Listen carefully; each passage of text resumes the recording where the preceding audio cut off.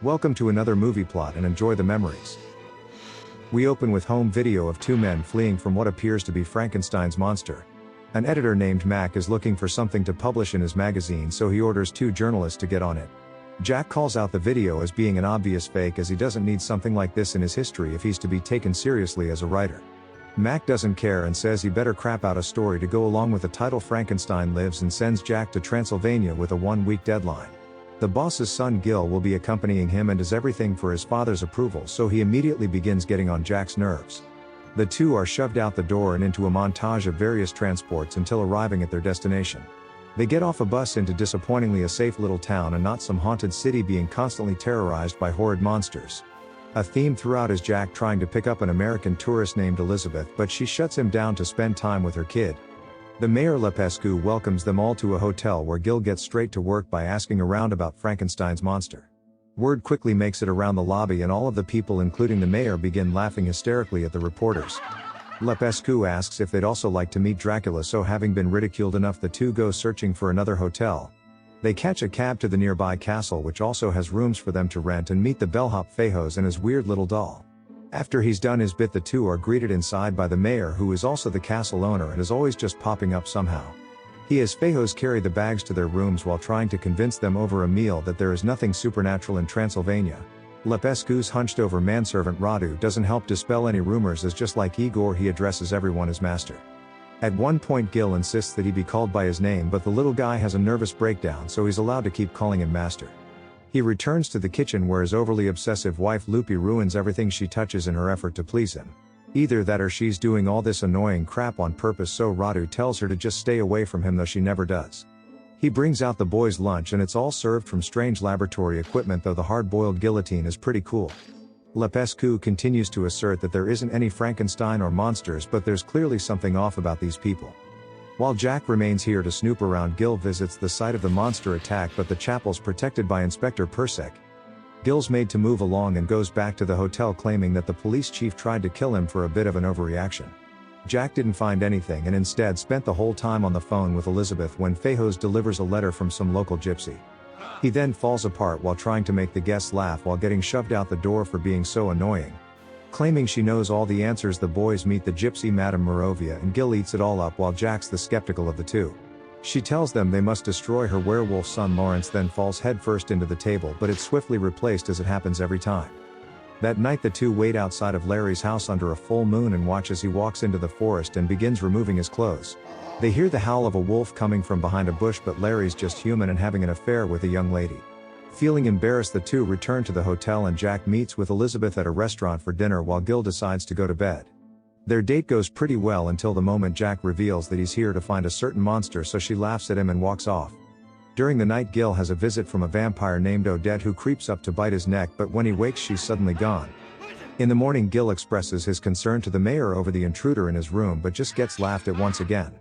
He leaves only to be confronted by Fejos trying to teach him how to slip over a banana peel, whether he wants to learn the silly routine or not.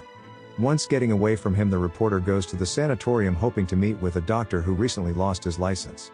A guard at the gate says that he isn't taking appointments, but Gil thinks he might know something about the monster, so he just plays it off real cool and plans to return later.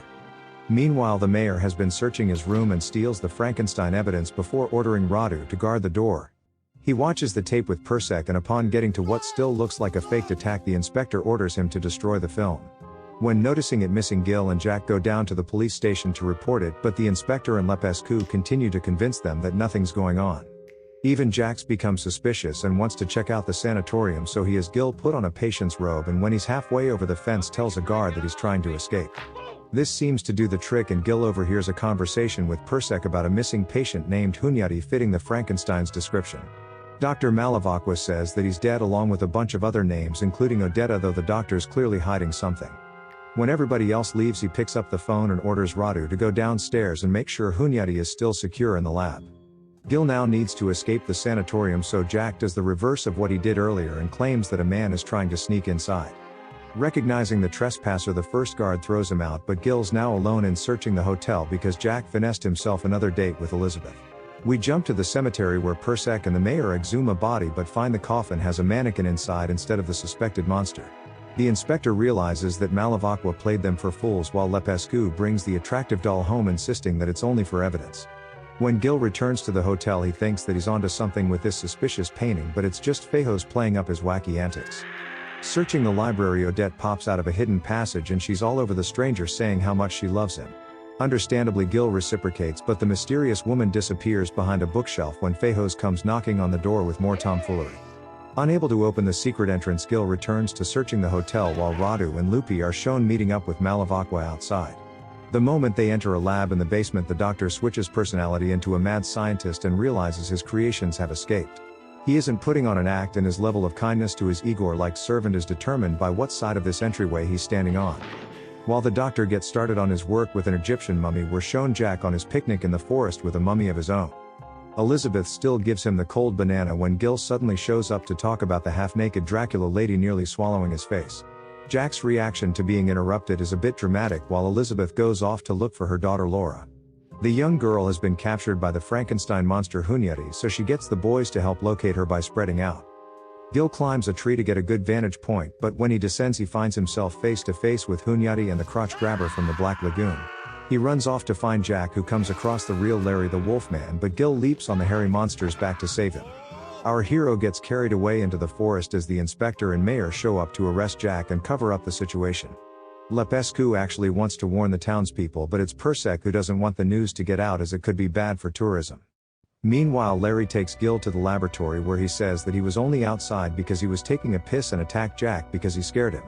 He's locked in a cell for misbehaving along with the pretzel of a man named Twisto who only grabbed Gil because he stepped on him.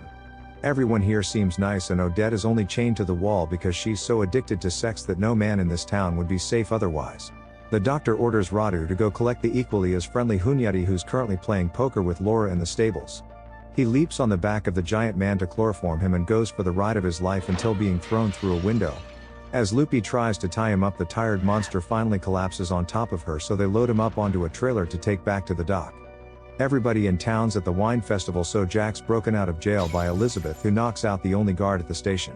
She needs help to find her daughter, so Jack visits Madame Morovia, who explains the misunderstanding with the Wolfman. The cheating man was her husband Lawrence, while the hairy one is her son Larry Jr, and she tells Jack where he's been hanging out. He goes to the hidden lab beneath the castle and inside finds Gil laid out on a table beside the mummy.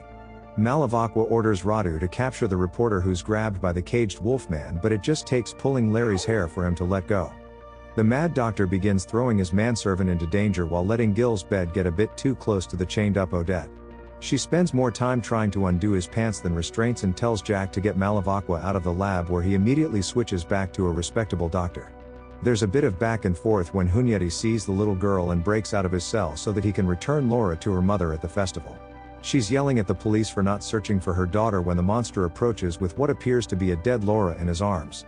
It's quickly realized that she's just sleeping, but the inspector still orders his men to arrest Hunyadi, who doesn't go down without a fight. The villagers all pull out their torches and pitchforks, and when captured, the crying monster is stood on a pyre to be burned alive. Just then the boys arrive and the doctor tries to talk all of the bloodthirsty villagers down, but Persek orders him and Jack to be arrested. Elizabeth suddenly goes mental with a broken bottle and threatens to cut them all to ribbons if they don't hear him out. Jack says that Hunyadi was crippled in a car crash and presumed dead until the doctor gave him mobility through experimental procedures. Gil puts on various disguises to get the crowd rallying around the monster, but he accidentally redirects them to having Jack arrested. All of the doctor's patients who loaded up into a horse-drawn carriage arrive to convince the people that these freaks aren't monsters. Little Larry has a condition called hypertrichosis that causes hair to grow from his whole body, while Odette really is just a nympho. All are normal people who have needed the help from the unorthodox doctor, including the mummy, who was just a really ugly girl. Malavaqua was given her plastic surgery and a full-body makeover to turn her into a real beauty, complete with new bazonkas. Everybody welcomes them with open arms except for Persek, who orders Radu to be arrested for having a hunchback kid or something. In the most random twist, the family reveal themselves to be straight of spine, which becomes a scandal in itself for another time. We never even see the lurking Lepescu or inspector again, and Odette apparently pretends to be a vampire just for attention. She and Gil make out before they join the rest of the freaks at the celebration, when Jack finally gets a kiss from the bottle-wielding psycho Elizabeth. They get everything they want for Mac's monster story, as well as other juicy pieces like how our mummy was really a daddy. And the movie ends.